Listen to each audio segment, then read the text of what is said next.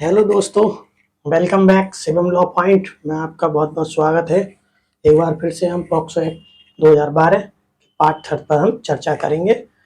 हमने अब तक 6 पार्ट चैप्टर 6 कंप्लीट कर लिए थे, जो धारा 27 तक हमने पढ़ लिया था। अब जो हम आगे पढ़ने जा रहे हैं वो चैप्टर 7 धारा 28 से धारा 32 तक विशेष न्यायालय के संबंध में है। तो इसमें जो हमने पढ़ लिए थे 6 चैप्टर हम पढ़ चुके थे। आज हम 2 चैप्टर 7 और 8 कंप्लीट कर लेंगे। छोटे छोटे चैप्टर हैं, इसीलिए बने रहिए और ध्यान से देखते रहिए। अब जो चैप्टर 7 है वो है विशेष न्यायालय के संबंध में। तो विशेष न्यायालय कौन होगा, कौन इसकी स्थापना करेगा, इसके बारे में इस चैप्टर में बताया गया है। तो इसका जो सेक्शन 28 है, धारा 28 में विशेष न्यायालय से जो अभिप्रेत है, अभिहित है, वो उसके बारे में बताया गया है। तो हम पढ़ते हैं आज धारा 28 विशेष न्यायालय।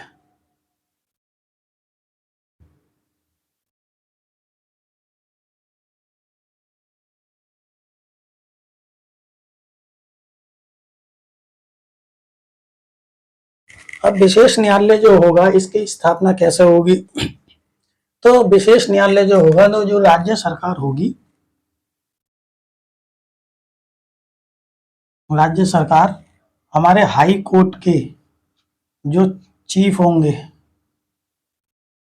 चीफ न्यायमूर्ति, उनके परामर्श से राज्य सरकार विशेष न्यायालय की स्थापना करेगी। लेकिन यहाँ जो परामर्श होगा वो चीफ न्यायमूर्ति का ही होगा और किसी का नहीं। तो इसमें धारा 28 में सिर्फ यही बताया गया है कि विशेष न्यायालय जो होगा वो राज्य सरकार के द्वारा मुख्य न्यायाधीश के परामर्श के अनुसार ही स्थापित किया जाएगा। और ये जो न्यायालय होगा ये सेशन न्यायालय होगा। सेशन न्यायालय जिस भी न्यायालय को कारोबार देगा अपना, वह न्यायालय एक विशेष न्यायालय कहलाएगा। ये सेशन न्यायालय ही इस न्यायालय को अभिहित करेगा, क्योंकि ऊपर से जो आदेश आएगा वो राज्य सरकार और हाई कोर्ट के जो चीफ जज होंगे, चीफ न्यायमूर्ति होंगे, उन दोनों की परामर्श के बाद सेशन कोर्ट को यह आदेश दिया जाएगा कि वह ऐसा एक विशेष न्यायालय या तो स्वयं या अपने अधीनस्थ किसी न्यायालय को बनाए। तब सेशन न्यायालय उसके निर्देशानुसार कार्य करेगा। ये था धारा 28 में। अब हम धारा 29 पढ़ लेते हैं, कतिपय अपराधों के बारे में उपधारणा। अब जो उपधारणा की बात आती है तो धारा 29 में आती है। धारा 29 में जो उपधारणा की जाएगी वो किन किन अपराधों की जाएगी?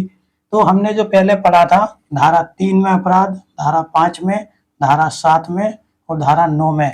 इन धाराओं के अधीन कोई व्यक्ति किसी ऐसे अपराध को करता है या ऐसे अपराध करने का दुष्प्रेरण करता है या प्रयत्न करता है तो न्यायालय यह उपधारणा करेगा कि उसने ऐसा अपराध किया है, जब तक कि अभियुक्त के द्वारा उसे ना साबित ना कर दिया जाए।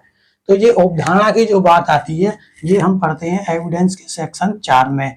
और अब जो एविडेंस भारतीय न्याय संहिता जो बनी है उसमें जो सेक्शन है वो उसमें 2 में, सेक्शन 2 में जो है उपधारणा की डेफिनेशन को सम्मिलित किया गया है। उसमें डेफिनेशन क्लोज सेक्शन 2 बनाया गया है और पुराने वाले भारतीय न्याय साक्ष्य अधिनियम में धारा 4 में ही है।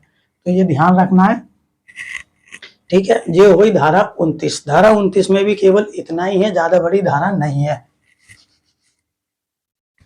अब हम बात करते हैं धारा 30 की। तो धारा 30 है आपराधिक मानसिक दशा की उपधारणा। धारा 30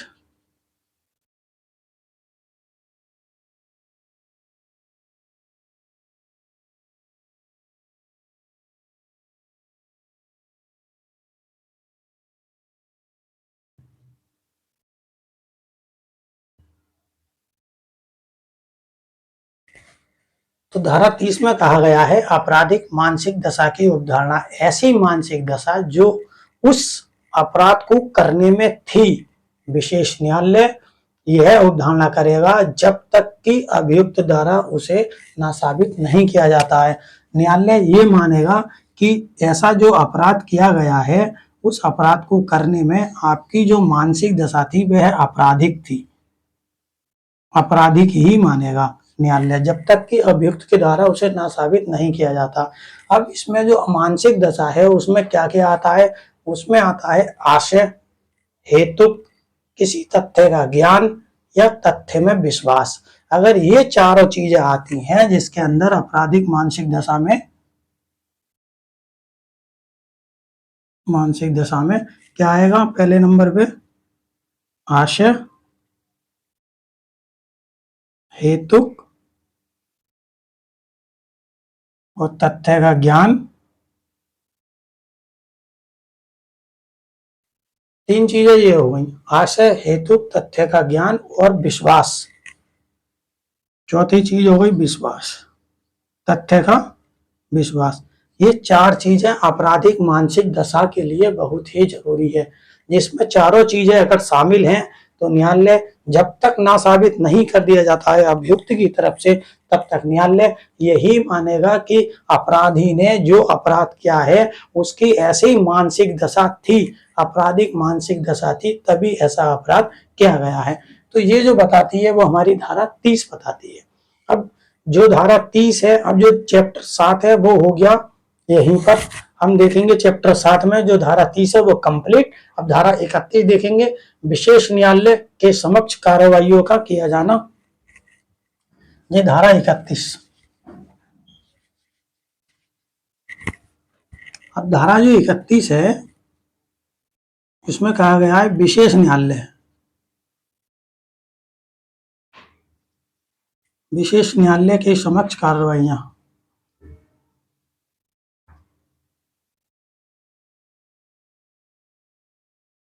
कार्रवाइयों का किया जाना। अब जो विशेष न्यायालय है इसके समक्ष जो भी कार्रवाई चलेगी वो किसी एक एक्ट के थ्रू चलेगी। अब जो विशेष न्यायालय है इसका गठन भी तो हमारे हाई कोर्ट और राज्य सरकार के परामर्श के अनुसार हुआ है, तो इसकी जो कार्रवाई होगी वह भी सीआरपीसी के अकॉर्डिंग ही होगी, सीआरपीसी 1973 के अकॉर्डिंग ही होगी। और लेकिन अब जो वर्तमान में लागू होने जा रही है वो VNSS 2023, अब इसके अकॉर्डिंग होगी, क्योंकि 1 जुलाई 2024 से ये BNSS लागू होने वाली है। और इसमें बेयर एक्ट में जो दिया गया है वो पुराने बेयर एक्ट है, तो उसमें जो सीआरपीसी 1973 ही लिखा गया है। तो अब पहले जो कार्रवाई चल रही थी विशेष न्यायालय के समक्ष कार्रवाइयां, वो सारी की सारी सीआरपीसी के अकॉर्डिंग चल रही थी, और अब जो चलेंगी वो BNSS 2023 के अकॉर्डिंग चलेंगी। ये केवल यही कहता है सेक्शन। अब सेक्शन 32 जो हम पढ़ेंगे, विशेष लोक अभियोजक।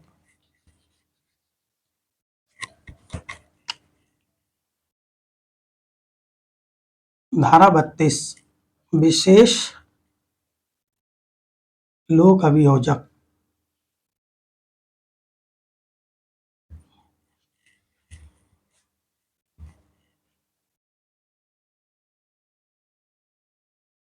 जब धारा 28 के अकॉर्डिंग विशेष न्यायालय का गठन हो गया तो फिर धारा 32 के अकॉर्डिंग ही विशेष लोक अभियोजक की भी नियुक्ति होगी।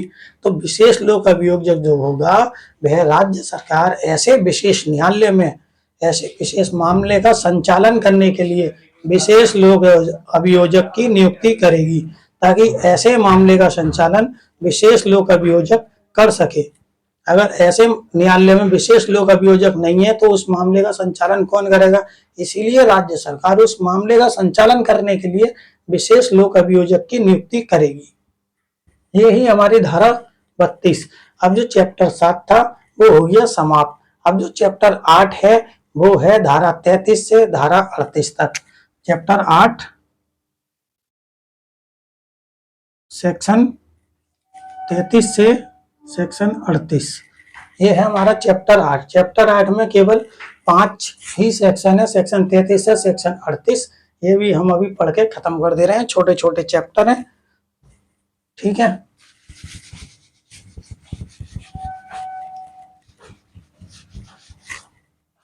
तो हम जो इसमें पढ़ेंगे, पहले पढ़ेंगे धारा 33। धारा 33 कहती है विशेष न्यायालय की प्रक्रिया और शक्तियां।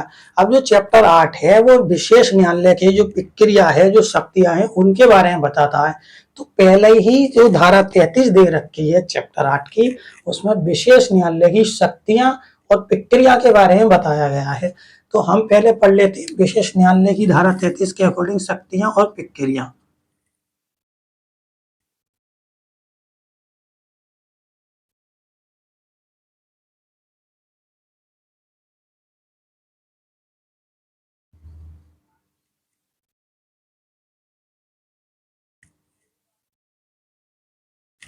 धारा 33 के अकॉर्डिंग विशेष न्यायालय की शक्तियां और प्रक्रिया। ठीक है, क्या होगी? अब मान लीजिए अगर कोई अपराध हुआ है तो उस अपराध का जो संज्ञान लेगा मजिस्ट्रेट कैसे लेगा, इस मामले में धारा 33 बताती है। धारा 33 कहती है कि विशेष न्यायालय किसी अपराध का संज्ञान ऐसे अपराध का गठन करने वाले तथ्यों का, अब जो संज्ञान लेगा वह कंप्लेंट पर लेगा या फिर पुलिस रिपोर्ट पर, इन दोनों में लेगा संज्ञान। कौन लेगा? मजिस्ट्रेट लेगा। मजिस्ट्रेट कहता है, वो धारा 33 कहती है कि विशेष न्यायालय या कोई मजिस्ट्रेट किसी अपराध का संज्ञान ऐसे अपराध के गठन करने वाले तथ्यों का परिवाद प्राप्त होने पर या पुलिस रिपोर्ट पर ले सकेगा। ये कहती है धारा 33। अब धारा 33 की जो धारा 2 है वो कहती है कि विशेष लोक अभियोजक बालक की सुरक्षा, मुख्य परीक्षा, प्रति परीक्षा, पुनः परीक्षा अभिलिखित करते समय जो भी क्वेश्चन वह उस बालक से पूछेगा उसकी एक सूचना या सूची न्यायालय को देगा। ये कहती है धारा 2 में क्या कहा गया है कि बालक से पूछे गए प्रश्न जो प्रति परीक्षा या मुख्य परीक्षा या पुनः परीक्षा में पूछे जाते हैं उनकी अभी सूची विशेष न्यायालय को देगा। कौन देगा? लोक अभियोजक। अब तीसरी जो धारा है वह कहती है विचारण के दौरान, जो विचारण चलेगा, विचारण के दौरान बालक को बार बार जो है कुछ कुछ समय के लिए उसे छोड़ा जाएगा या विराम दिया जाएगा, इंटरवल की तरह। जैसे पिक्चर देखने जाओ तो इंटरवल होता है, उसी तरह बच्चे के लिए थोड़ा थोड़ा विराम दिया जाएगा ताकि वह अपने दिमाग को शांत रख सके और मनोरंजन की तरह अपने सारे सवालों के जवाब दे सके जो उससे पूछे जा रहे हैं। अब जो उपधारा 4 है इसकी, वह कहती है कि बालक के संरक्षक माता पिता या कोई भी ऐसा विश्वासपूर्ण व्यक्ति है जो उसके साथ है जिस पर बालक विश्वास करता है, तो न्यायालय उनसे संबंध एकदम मित्रता पूर्वक बनाए रखेगा। मतलब एक ऐसा व्यवहार बनाए रखेगा जिससे बच्चे को लगे ही नहीं कि वह न्यायालय में है। और 5वां पॉइंट, बालक को न्यायालय में बार बार परीक्षण के लिए बुलाया नहीं जाएगा। अब जो बालक है अगर बार बार उसे परीक्षण के लिए बुलाया जाएगा तो उसकी मानसिक दशा पे गलत प्रभाव पड़ेगा, गलत इफेक्ट पड़ेगा, इसीलिए बच्चे को बार बार परीक्षा के लिए नहीं बुलाया जाएगा। अब जो 6वां पॉइंट है इसका, धारा 33 की धारा 6, कोई भी ऐसा प्रश्न जो बालक की गरिमा को ठेस पहुंचाए या कोई आक्रामककारी प्रश्न हो उसे नहीं पूछा जाएगा। ये धारा 6 कहती है। धारा 7, उपधारा 7, अन्वेषण या विचारण के समय बालक की पहचान प्रकट नहीं की जाएगी। अगर अन्वेषण चल रहा है, इन्वेस्टिगेशन चल रही है और यहाँ ट्रायल चल रहा है तो बालक की जो भी पहचान है उसको प्रकट नहीं किया जाएगा। ये कहा गया है सब क्लॉज 7 में। धारा 33 पूरी तरीके से सातों के सातों पॉइंट बता दिए। वेरी इंपॉर्टेंट धारा है, इसीलिए सातों पॉइंट बताए हैं। अब जो हम चलते हैं वो धारा 34 की ओर चलते हैं। धारा 34 कहती है बालक द्वारा अगर अपराध किया गया है तो विशेष न्यायालय द्वारा उसकी आयु के अवधारण की प्रक्रिया, धारा 34 में उसकी आयु के अवधारण की प्रक्रिया, अगर मान लीजिए अपराध है, अपराध किसी बालक के द्वारा किया गया है, अब जो इसकी जो एज होगी, एज जो निकाली जाएगी, इसकी उम्र जो निकाली जाएगी वह जो है विशेष न्यायालय के द्वारा तय की जाएगी। ये कहती है धारा 34। धारा 34 कहती है बालक ने अगर किसी प्रकार का कोई अपराध किया है तो विशेष न्यायालय द्वारा उसकी आयु का अवधारण किया जाएगा। ये धारा 34 में कहा गया है।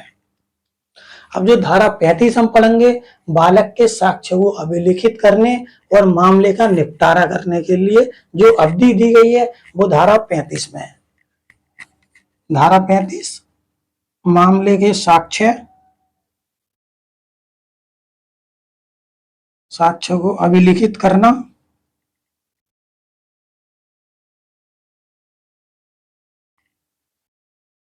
और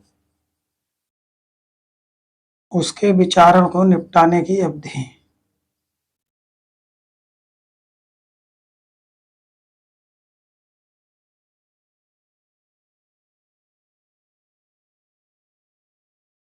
अब ये अवधि क्या होगी? धारा 35 कहती है कि मामले में, धारा 35 कहती है बालक के साक्ष्य को अभिलिखित करने और मामले का निपटारा करने के लिए जो अवधि होगी वह क्या होगी? तो धारा 35 की जो सब क्लॉज 1 है, धारा 35 का जो सब क्लॉज 1 है उसमें कहा गया है कि अगर मजिस्ट्रेट या विशेष न्यायालय द्वारा अपराध का संज्ञान लेने की तिथि से 30 दिन के भीतर भीतर साक्ष्य को अभिलिखित करेगा। जो धारा फर्स्ट है वो कहती है 30 दिन के भीतर भीतर, 30 दिन के भीतर साक्ष्य को अभिलिखित करेगा।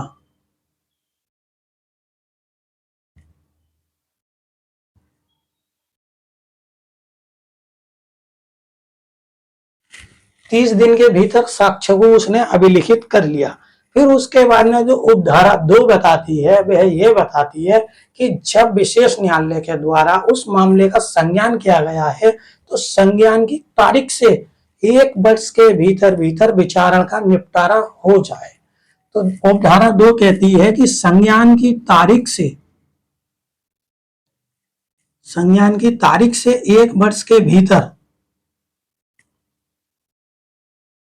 1 वर्ष के भीतर मामले का निपटारा।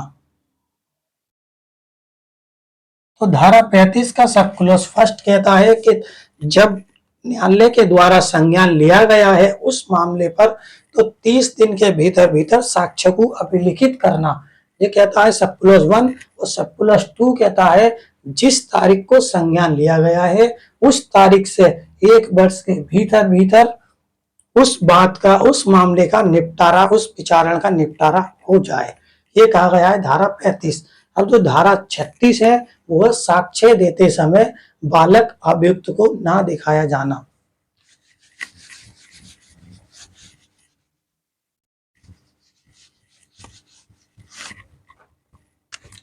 अब धारा 36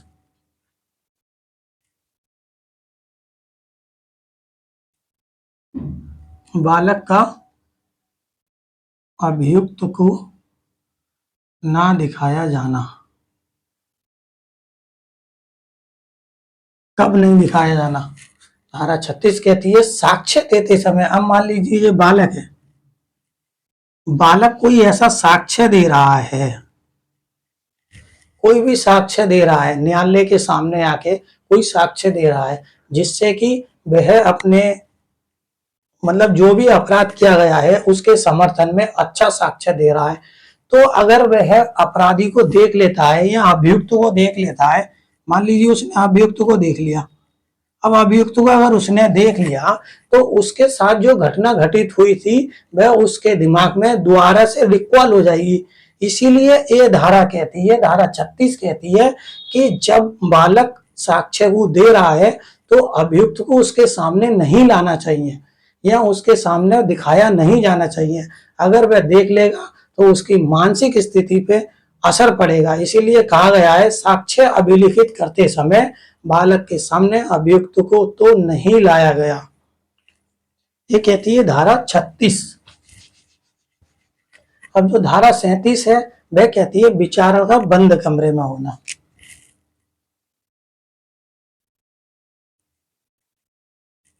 बंद कमरे में विचारण।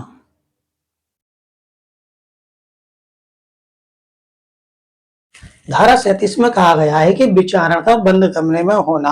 अब मान लीजिए विशेष न्यायालय है, विशेष न्यायालय को ऐसा प्रतीत होता है या ऐसा लगता है कि ऐसी कोई कार्रवाई है जो कि सबके सामने नहीं की जा सकती या पब्लिक में नहीं की जा सकती, क्योंकि इस एक्ट में साफ साफ कहा गया है कि बच्चे की जो भी पहचान होगी उसको छुपाया जाएगा जब तक कि न्यायालय द्वारा आदेशित नहीं किया जाता है। इसीलिए अगर न्यायालय ये चाहता है कि ऐसी कार्रवाई बंद कमरे में की जाए तो न्यायालय ऐसा विचारण बालक के माता पिता या उस भरोसेमंद व्यक्ति की स्थिति में जिस पर बालक भरोसा करता है उसकी उपस्थिति में बंद कमरे में ऐसी कार्रवाई को कर सकता है। ये धारा 37 कहती है। अब जो धारा 38 है वे कहती है साक्ष्य अभिलिखित करते समय किसी दो भाषीय या विशेषज्ञ की सहायता लेना। अब धारा 38 में कहा गया है कि साक्ष्य जब अभिलिखित किया जाएगा, जब एविडेंस लिया जाएगा,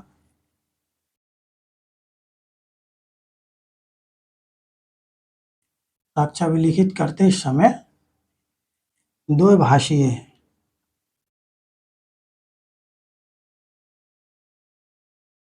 की सहायता लेना।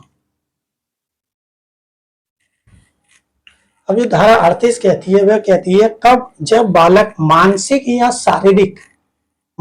शारीरिक रूप से निःशक्त है, तब ऐसे व्यक्ति की सहायता, मान लीजिए कोई डॉक्टर है, कोई मतलब शिक्षक है, कोई स्पेशलिस्ट व्यक्ति है जो उसके द्वारा मानसिक उत्पीड़न जो उस बच्चे को पैदा हुआ है उसको समझने में सक्षम है, ऐसी कोई क्वालिफिकेशन रखता है, तो वह ऐसे ऐसे व्यक्ति के सामने उस बच्चे से साक्ष्य ले सकता है और उनकी राय ले सकता है क्या वह साक्ष्य सही है। तो इसीलिए जो धारा 38 है वह कहती है साक्ष्य अभिलिखित करते समय किसी दो भाषीय या विशेषज्ञ की सहायता लेना। अब जो हमारे यहाँ पर दो चैप्टर थे, चैप्टर 7 और 8 दोनों समाप्त हो गए।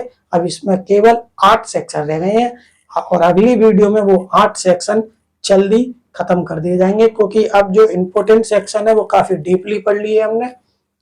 और इसमें जो एक सेक्शन बताया था मैंने, सेक्शन 33, सेक्शन 33 बहुत इंपॉर्टेंट है,